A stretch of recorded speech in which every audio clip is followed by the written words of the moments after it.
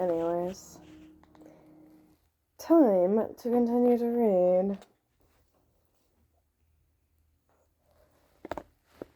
Crazy Times We Live In.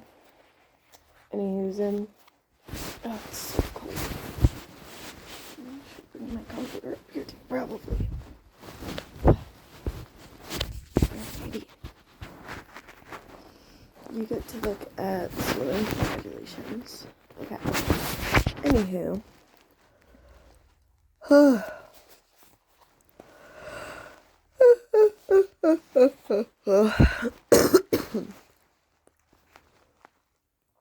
I don't remember exactly where I was at.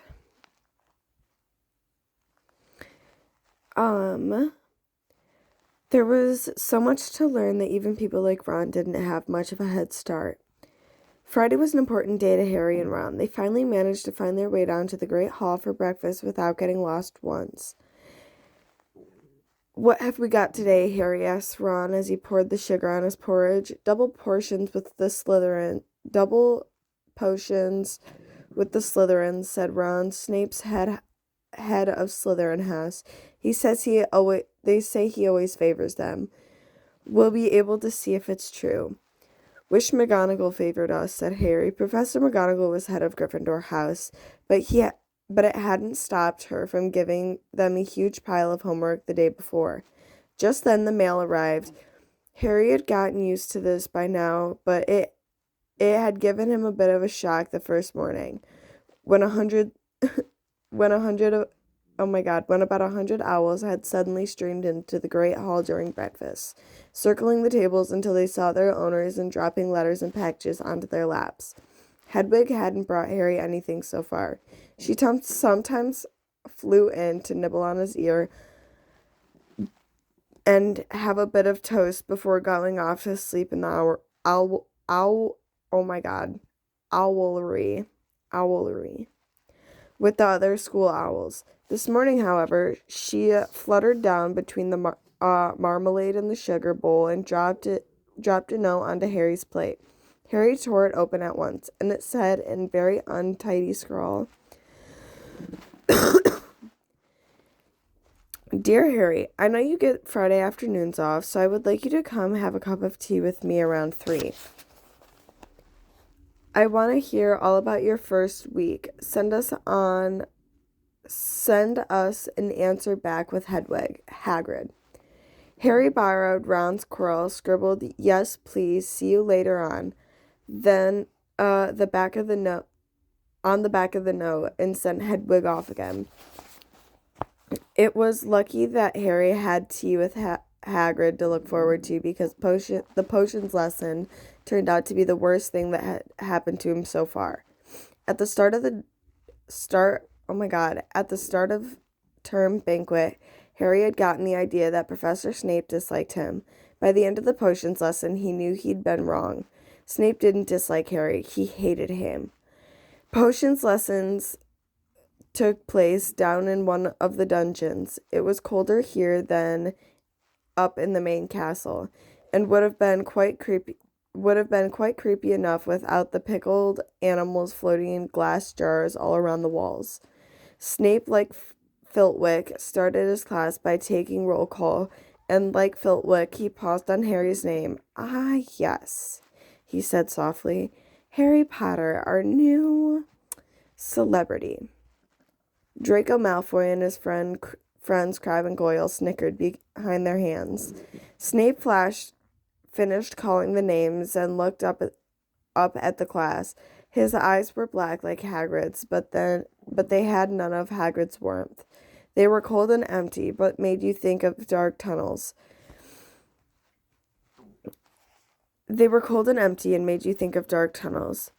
"You are here to learn the subtle science of the exact art of potions making," he began. He spoke barely more than a whisper, but then caught every word like Professor McGonagall. Snape had the gift of keeping a class silent without effort. As there was little foolish wand waving here, many of you will hardly believe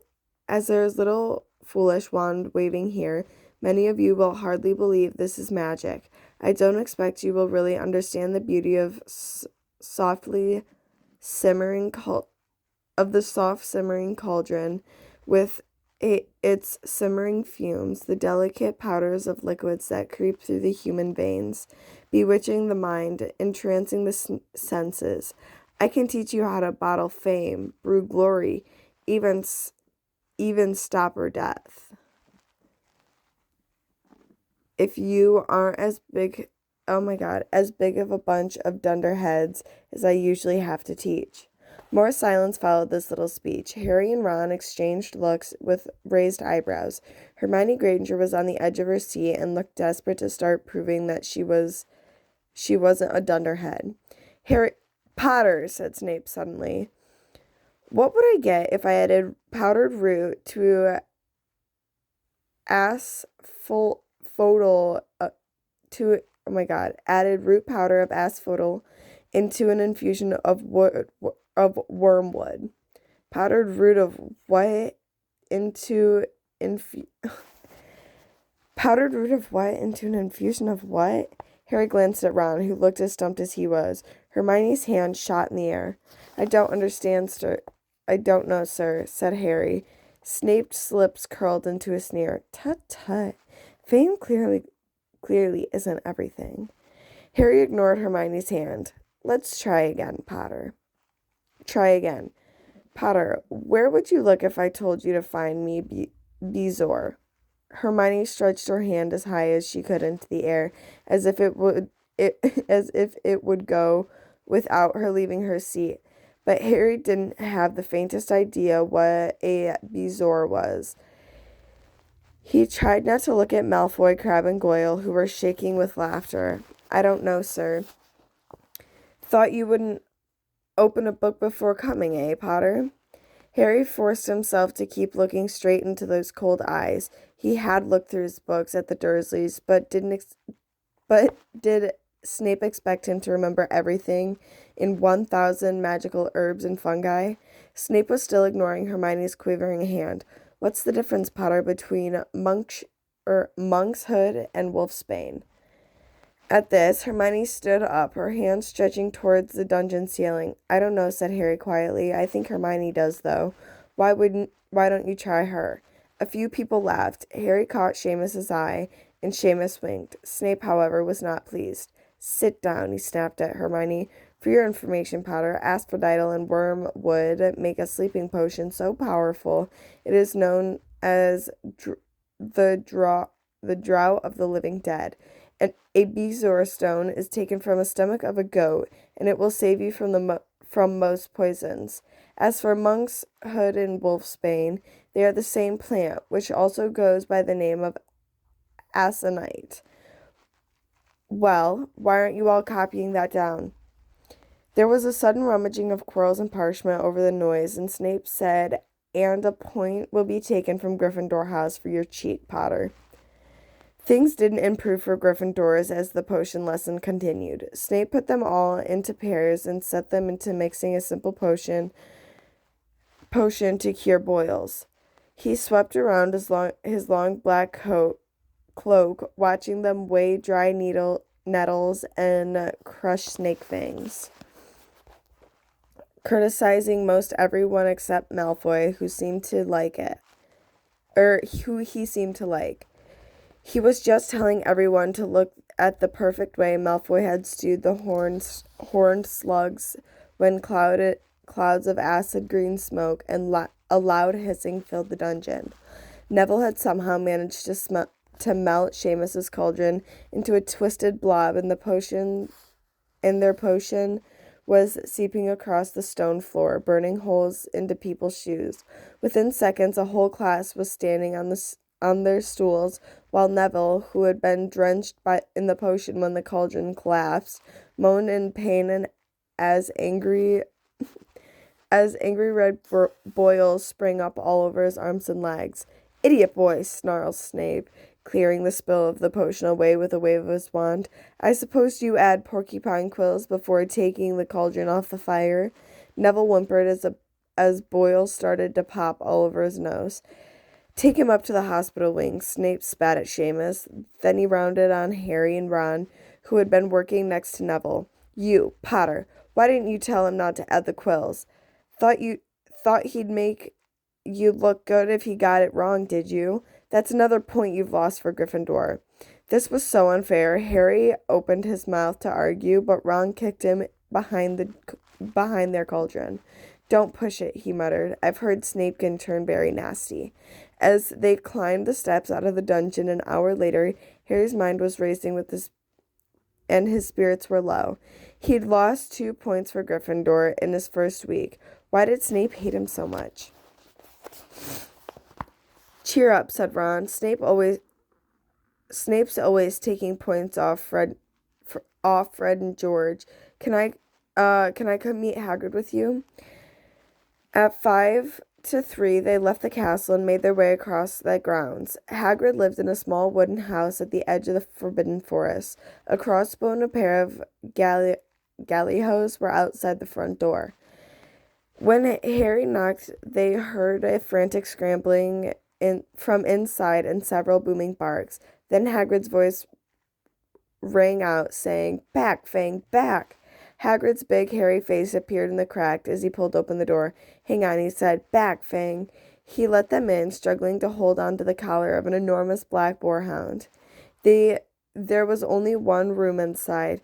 Hams and pheasants were hanging from the ceiling, and oh my God, a copper kettle was boiling with an open fire, and in the corner stood a massive bed with a patchwork quilt over it. "Make yourselves at home," said Hagrid, letting go of Fang, who bounced straight at Ron and started licking his ears. Like Hagrid, Fang was clearly not as fierce as he looked. "This is Ron," Harry told Hagrid, who was pouring boiling warm water into a large teapot and putting rock cakes onto a plate. "Another Weasley, eh?" said Hagrid, glancing at Ron's freckles. "I have spent me life chasing your two twin brothers around the forest." The rock cakes were shapeless lumps with raisins that almost broke their teeth, but Harry and Ron pretended to be enjoying them as Hagrid told them about their first lesson, all about their first lessons. Fang rested his head on Harry's knee and drooled all over his robes. Harry and Ron were delighted to hear Hagrid called Filch that old git. "And as far as that cat, Miss Norris, I'd like to introduce her to Fang sometime. Do you know, every time I go up to the school, she follows me everywhere. Can't get rid of her. Filch puts her up to it."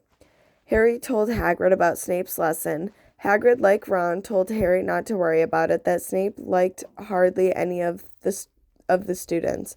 "But he seemed to really hate me." "Rubbish," said Hagrid. "Why would he?" Yet Harry couldn't help thinking that Hagrid didn't quite meet his eyes when he said that. "How's your brother Charlie?" Hagrid asked Ron. I liked him a lot. Great with animals." Harry wondered if Hagrid had changed the subject on purpose. While Ron told Hagrid about Charlie's work with the dragons, Harry picked up a piece of paper that was lying on the table underneath the tea cozy. It was a cutting from the Daily Prophet. Gringotts break-in last night. Investigations continue into the break-in at Gringotts on 31 July, widely believed to be the work of dark wizards and witches unknown. Gringotts goblins today insist that nothing had been taken. The vault that had been searched had in fact been emptied earlier the same day.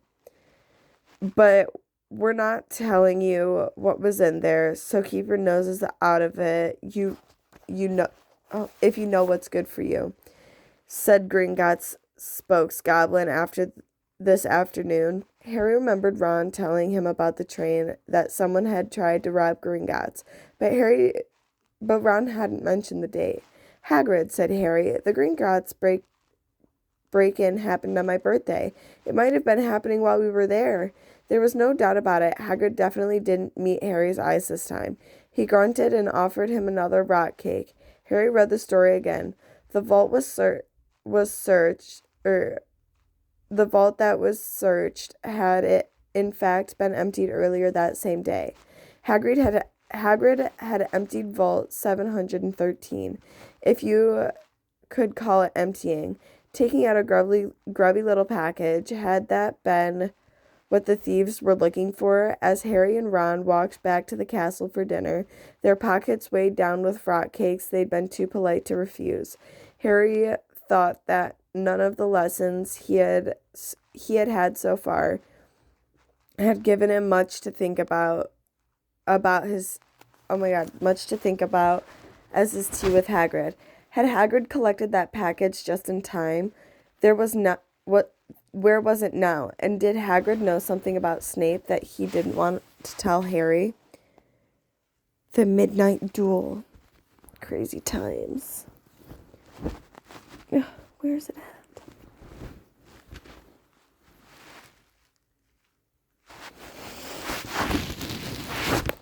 I froze. I don't know. Oh, there it is.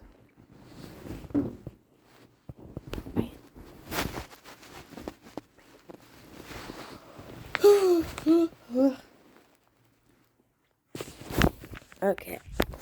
Next chapter. Woo!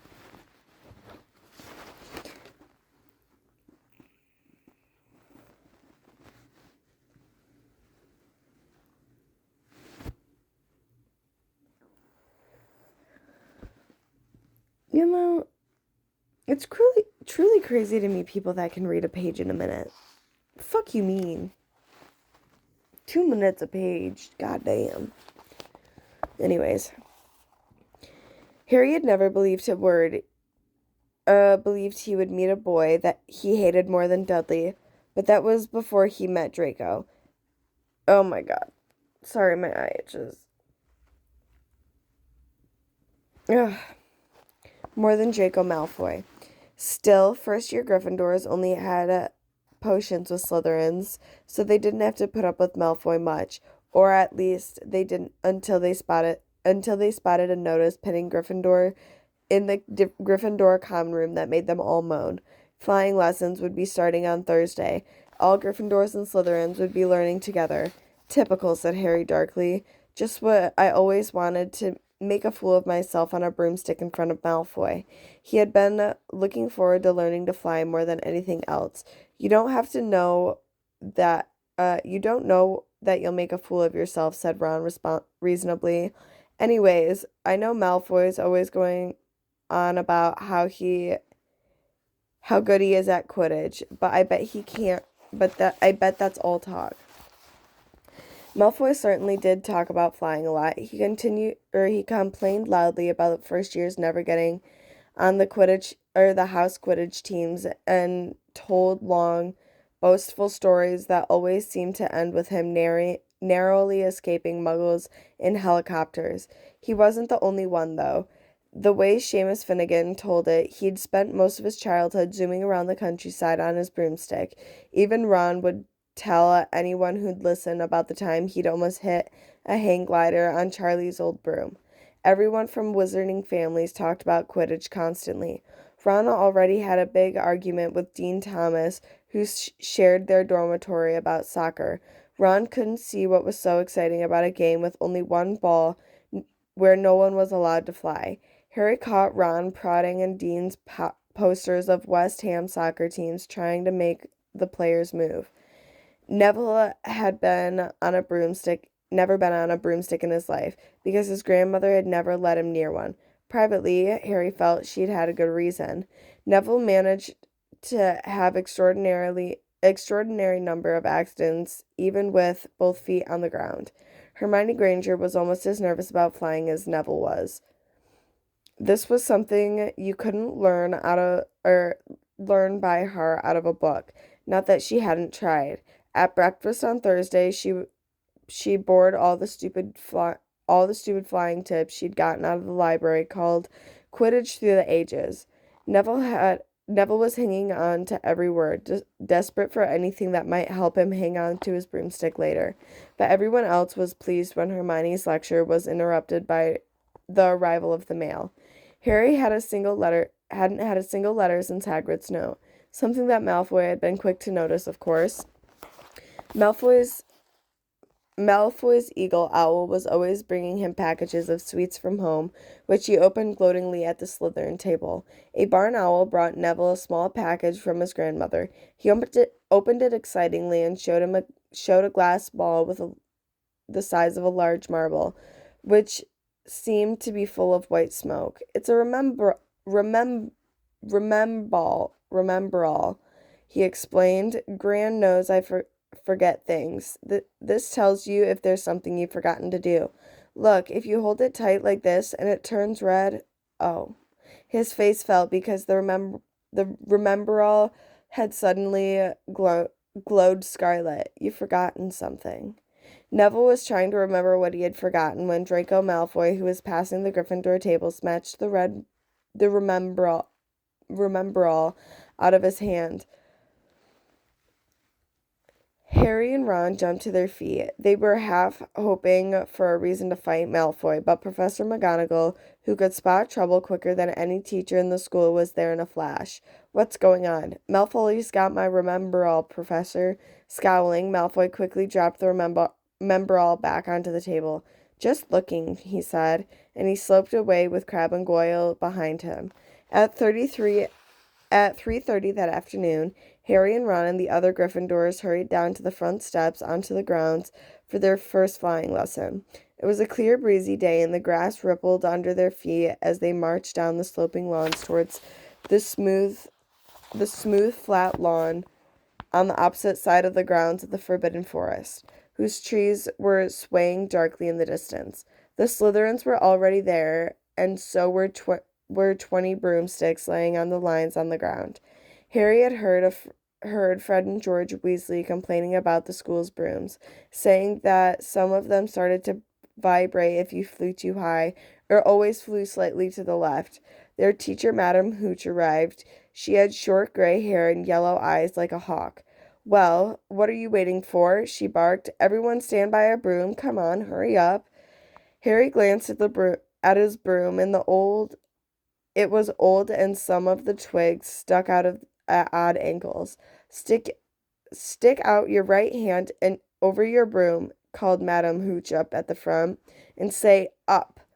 Up, everyone shouted. Harry's broom jumped into his hand at once, but it was one of the few that did.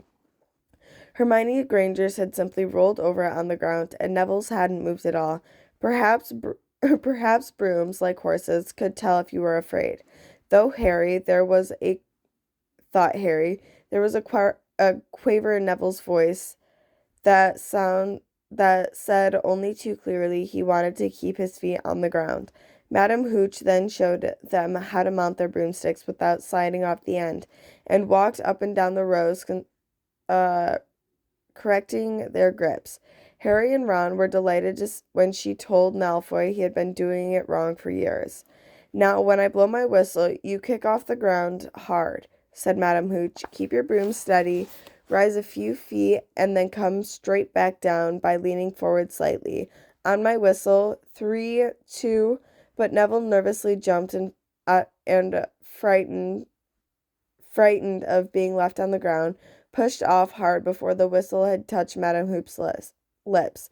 Come back, boy, she shouted as Neville was rising straight up like a cork shot out of a bottle.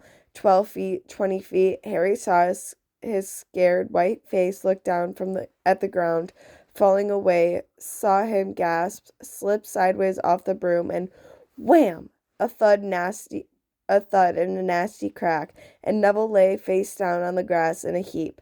His broomstick was still rising higher and higher and started to drift lazily towards the Forbidden Forest and out of sight. Madam Hooch was bending over Neville. Her face was as white as his. Broken wrist, Harry heard her mutter. Come on, boy, it's all right. Up you get. She turned to the rest of the class. None of you is to move while I take this boy to the hospital wing. You leave those brooms where they are, or you'll be out of Hogwarts before you can say Quidditch. Come on, dear. Neville, his face was tear-streaked, clutching his wrist, hobbled off with Madame Hooch, who had her arm around him. No sooner were they out of earshot than Malfoy burst into laughter. "Did you see his face, the great lump?" The other Slytherins joined in. "Shut up, Malfoy," snapped Prairial. Sure. Sticking up for Longbottom," said Pansy Parkins, a hard-faced Slytherin girl. "Never thought you'd like the fat little crybaby's Parvati." "Look," said Malfoy, darting forward and snatching something out of his grasp. "That stupid thing Longbottom's Gran sent him." The Rememberall glittered in the sun as he held it up. "Give that here, Malfoy," said Harry quietly. Everyone stopped talking to watch. Malfoy smiled nastily. "I think I'll leave it somewhere for Longbottom to find. How about up a tree?" "Give it here," Harry yelled at Malfoy, but Malfoy had leapt onto his broomstick and taken off. He hadn't been lying when he said he could fly well. Hovering level with topmost branches on an oak, hovering level with the topmost branches of an oak, he called, "Come and get it, Potter." Harry grabbed his broom. "No," shouted Hermione Granger. "Madame Hooch told us not to move. You'll get us all into trouble." Harry ignored her. Blood was pounding in his ears. He mounted his broomstick and kicked hard against the ground. Up, up, he soared. Air rushed through his hair, and his robes whipped out behind him. In a rush of fierce joy, he realized he'd found something he could do without being taught. This was easy. This was wonderful. He pulled his broomstick up a little to take it even higher, and he heard screams and gasps of girls back on the ground and admiring a whoop from Ron. He had turned his broomstick sharply to face Malfoy in mid-air. Malfoy looked stunned. Give it here, Harry called, "or I'll knock you off that broom." "Oh, yeah," said Malfoy, trying to sneer, but looking worried. Harry knew somehow what to do. He leaned forward and grasped the broom tightly in both his hands and shouted towards Malfoy, like a javelin. Malfoy just got out of the way in time. Harry made a sharp about-face and held the broom steady. A few people below were clapping. No, Crabbe and Goyle up here to save your neck, Malfoy," Harry called. The same thought seemed to have struck Malfoy. Catch it if you can, then," he shouted and threw the glass ball high into the air and streaked back towards the ground. Harry saw it as though in slow motion. The ball rised in the air and then started to fall. He leaned forward and pointed his broom handle down. Next second, he was gathering speed in a steep dive, racing the ball. The wind whistled in his ears, mingling with the screams of people watching. He stretched out his hand a foot from the ground and he caught it just in time, and he pulled his broom straight up and toppled gently onto the grass with the Rememberall clutched safely in his fist. "Harry Potter!" His heart sank faster than he'd just dived. Professor McGonagall running towards them. He got to his feet, trembling. Never in all my time at Hogwarts, Professor McGonagall was almost speechless in shock, and her glasses flushed furiously. "How dare you? Might have you broken your neck." "It wasn't his fault, Professor." "Be quiet, Miss Patil." "But Malfoy, that's enough, Mr. Weasley. Potter, follow me now." Harry caught sight of Malfoy, Crabbe, and Goyle's triumphant faces, walking numbly with Professor McGonagall. Numbly in Professor McGonagall's wake, as she strode towards the castle. He was going to be expelled. He just knew it. To be something, oh my God. He wanted to say something to defend himself, but there seemed to be something wrong with his voice. Professor McGonagall was sweeping along without even looking at him. He had to jog to keep up. Now he'd done it. He hadn't even lasted 2 weeks. He'd be packing his bags in 10 minutes. What would he do with the Dursleys say when he turned up on the doorstep? But, oh my God, up the front steps of the marble staircase inside the Professor McGonagall didn't say a word to him. She wrenched open the door and marched along the corridors, with Harry trotting miserably beside her. Maybe she was walking him to Dumbledore. He thought of Hagrid, expelled but allowed to stay as gamekeeper. Perhaps he could be Hagrid's assistant. His stomach twisted as he imagined it, watching Ron and the others becoming wizards while he stomped around the grounds carrying Hagrid's bags. Professor McGonagall stepped outside of a classroom. She opened the door, poked her head in. "Excuse me, Professor Filtwick. Could I borrow wood for a moment?" Wood, thought Harry, bewildered. Was wood a cane she was going to use on him? But Wood turned out to be a person, a burly fifth-year boy who came out of Filtwick's class looking confused.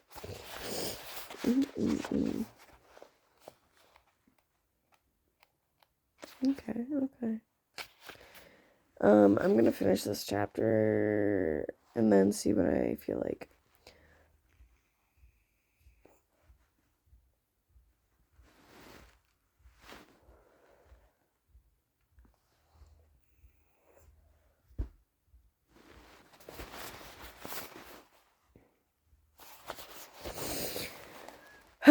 Okay.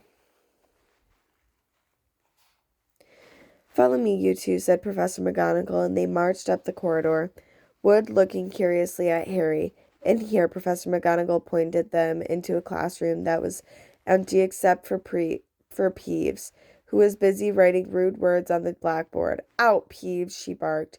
Peeves threw the chalk into a bin, which clingled loudly.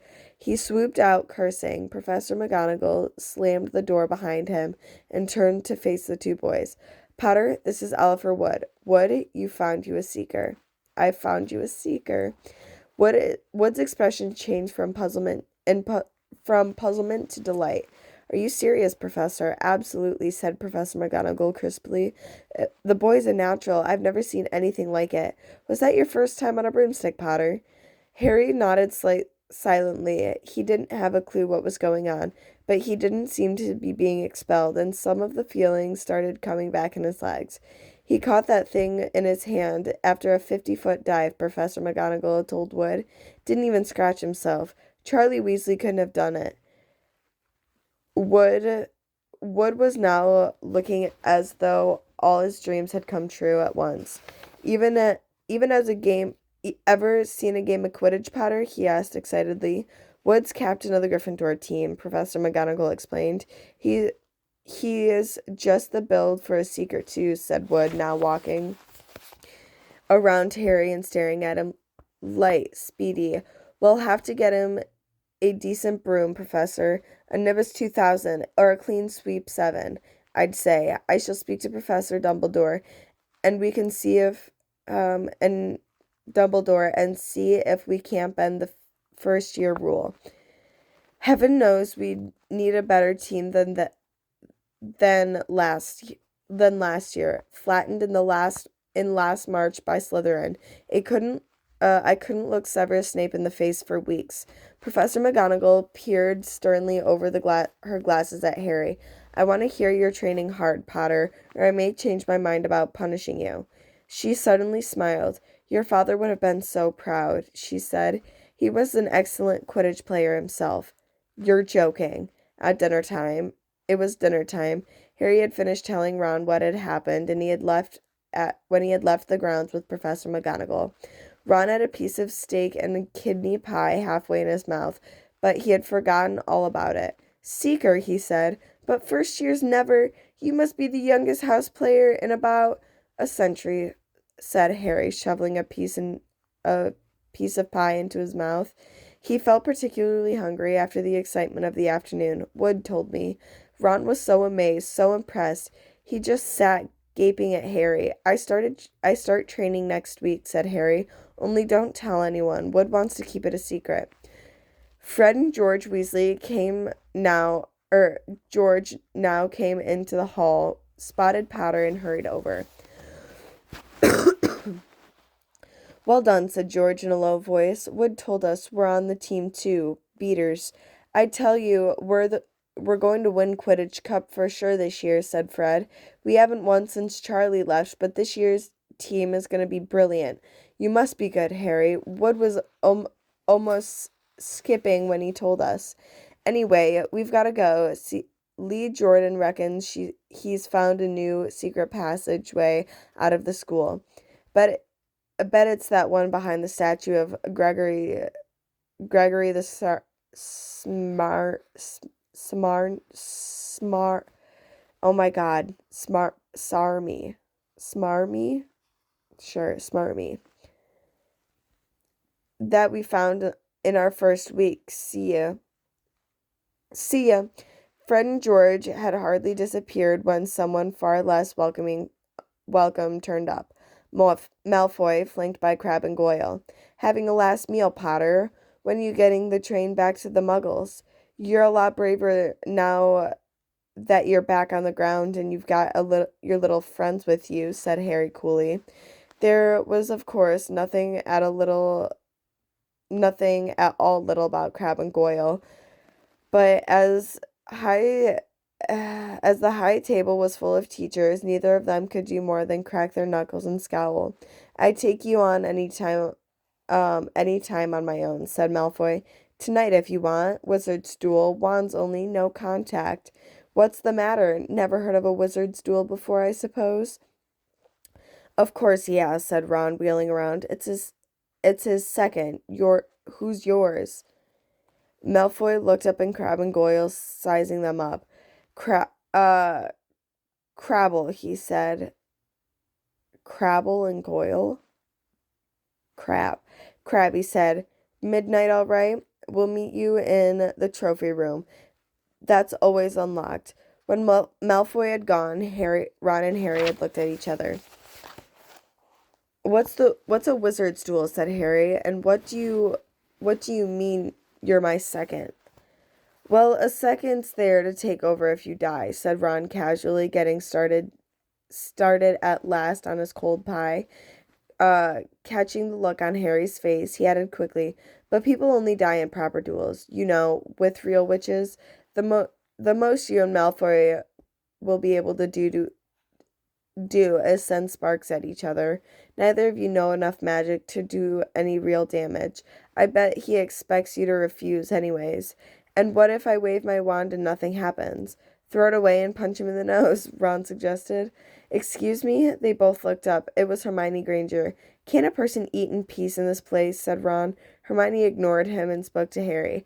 I couldn't help but overhear you and Malfoy saying, Bet you could, Ron muttered. And you mustn't go wandering around the school at night. Think of the points you'll lose for Gryffindor if you get caught. And you're bound to be. It's really selfish of you. And it's really none of your business, said Harry. Goodbye, said Ron. All the same, it wasn't what you'd call the perfect end to the day. Harry thought as he lay awake much later listening to Dean and Seamus falling asleep. Neville wasn't back from the hospital wing.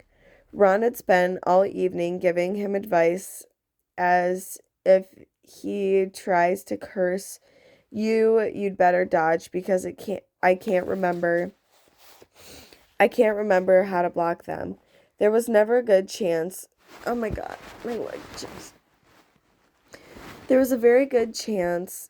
There was a very good chance they were going to get caught by Filch or Miss Norris, and Harry felt he was pushing his luck, breaking another school rule today. On the other hand, Malfoy, sneering in his face, kept looming over him out of the darkness. This was his big chance to beat Malfoy face to face. He couldn't miss it.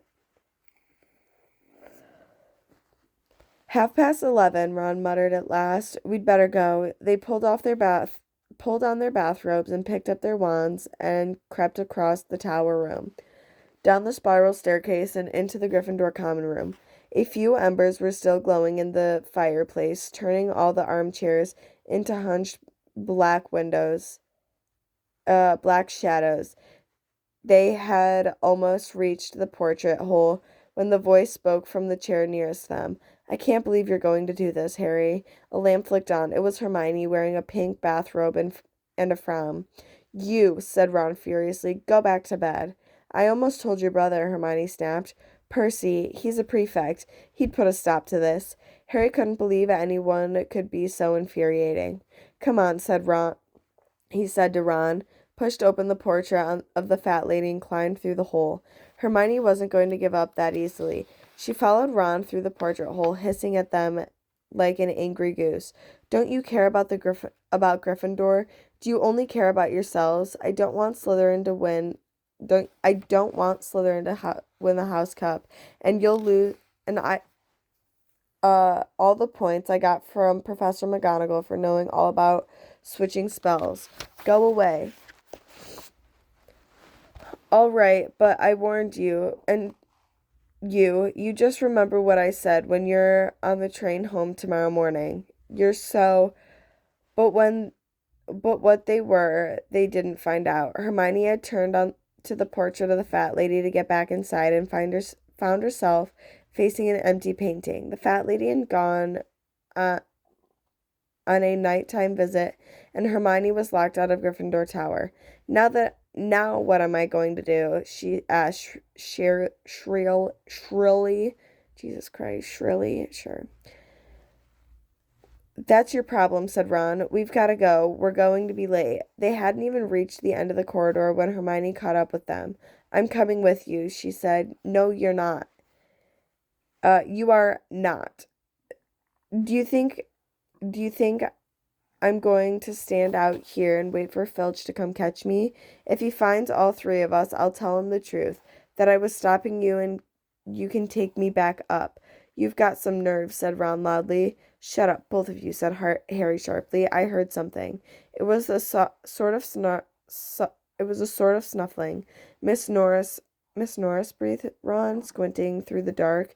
It wasn't Miss Norris, it was Neville. He was curled up on the floor, fast asleep, but jerked suddenly awake as they crept nearer. Thank goodness you've found me. I've been out here for hours. I couldn't remember the new password to get into bed. Keep your voice down, Neville. The password's pig snout. But it won't help you now. The fat lady's gone off somewhere. How's your arm? Said Harry. Fine, said Neville, showing them. Madame Pomfrey mended it in about a minute. Good. Well, look, Neville, we've got to be somewhere. We'll see you later. Don't leave, said Neville, scrambling to his feet. I don't want to stay here alone. The Bloody Baron's been past here twice already. Ron looked at his watch and glared furiously at Hermione and Neville. If either of you get us caught, I'll never rest until I've learned the curse of the bogies Quirrell told us about and use it on you. Hermione opened her mouth, perhaps to tell Ron exactly how to use the curse of the bogies, but Harry hissed at her to be quiet and beckoned them all forward. They fitted along the corridors striped with bars of moonlight from the high windows. At every turn, Harry expected to run into Filch or Miss Norris, but they were lucky. They sped up the staircase to the third floor and tiptoed toward the trophy room. Malfoy and Crabbe weren't there yet. Crystal trophy cases glimmered where the moonlight caught them. Cups, shields, plates, and statues winked silver and gold in the darkness. They edged along the walls, keeping their eyes on the doors at either end of the room. Harry took out his wand in case Malfoy leapt in and started at once. And the minutes crept by. He's late. Maybe he's chickened out, Ron whispered. The noise in the room next to us made us jump. Harry had only just raised his wand when they heard someone speak, and it wasn't Malfoy. Sniff around, my sweet. They might be lurking in a corner. It was Filch speaking to Miss Norris. Horror struck Harry.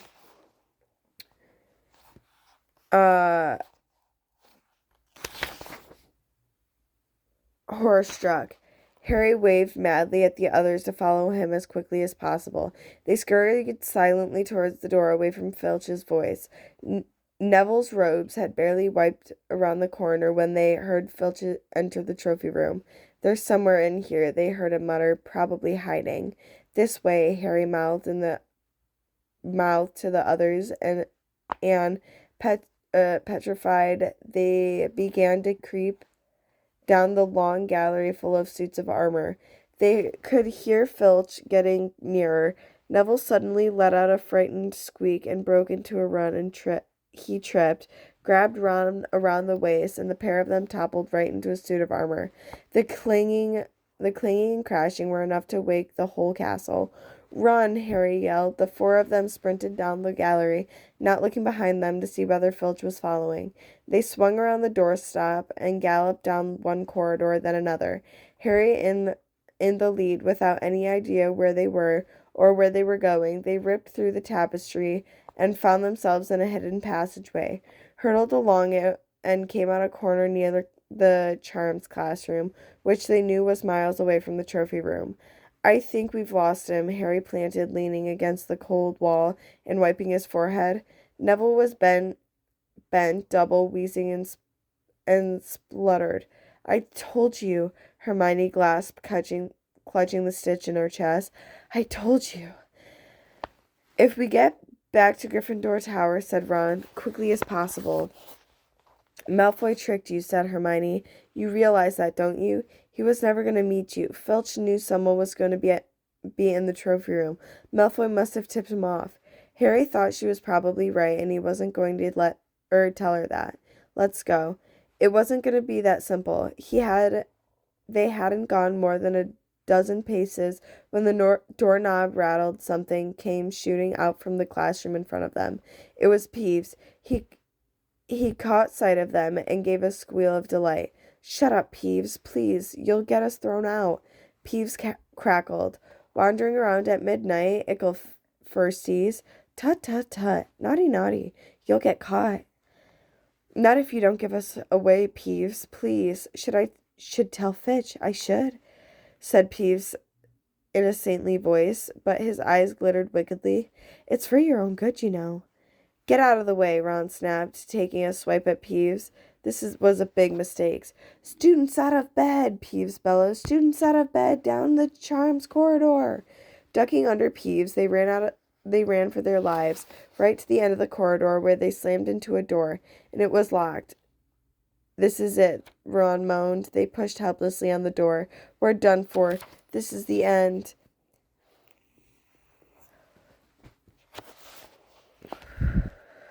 They could hear footsteps, Filch running as fast as he could towards Peeves' shouts. "Oh, moreover," Hermione snarled. She grabbed Harry's wand, tapped the lock, and whispered, "Alohomora." The lock clicked and the door slung open. They piled through it, shut it quickly, and pressed their ears against it, listening. "Which way did they go, Peeves?" Filch said. "Quick, tell me. Say, please." "Don't mess with me, Peeves. Now where did they go?" "Shan't say nothing if you don't say please," said Peeves in an annoying sing-songy voice. "All right, please." "Nothing. Ha ha. Told you that I wouldn't say nothing if you didn't say please. Ha ha. Ha ha." And they heard the sound of Peeves swishing around and Filch cursing in rage. He thinks this door is locked," Harry whispered. "I think we'll be okay. Get off, Neville." For Neville had been tugging on the sleeves of Harry's bathrobes for the last minute. "What?"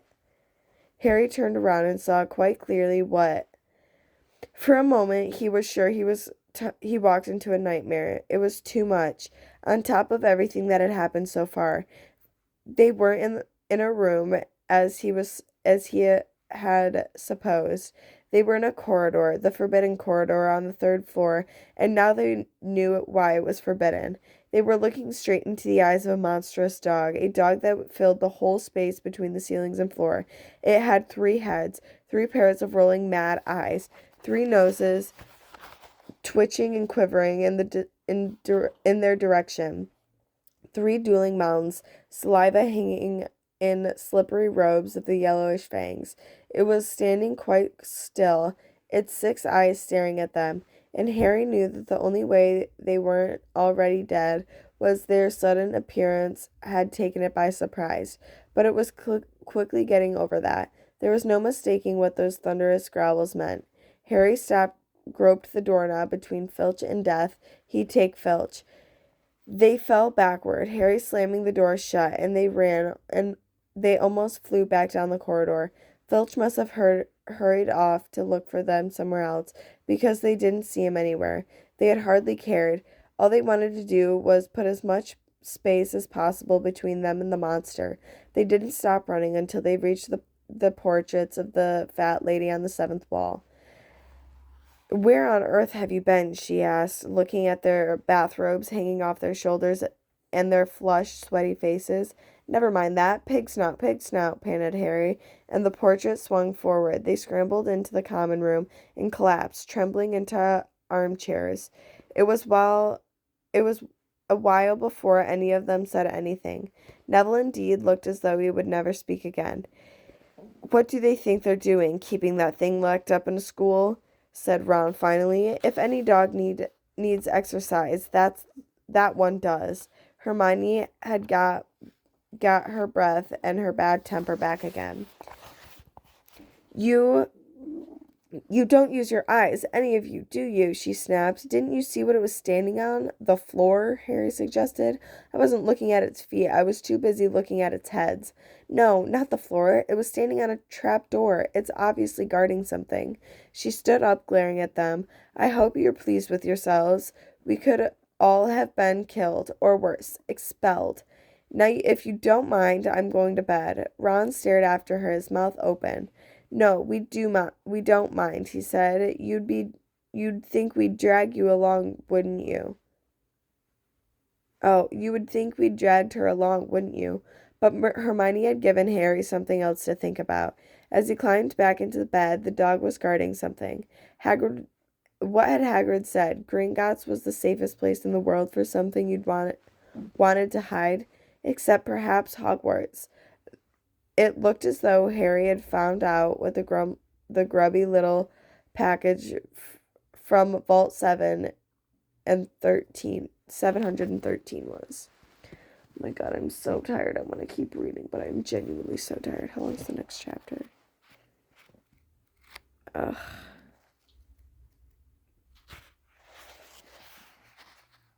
Chapter 11. Oh my god. That's 17 pages.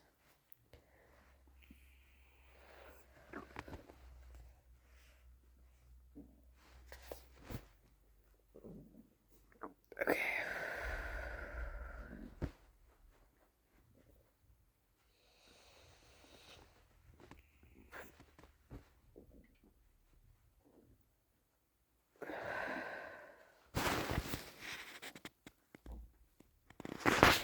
Well, my timer's almost up, so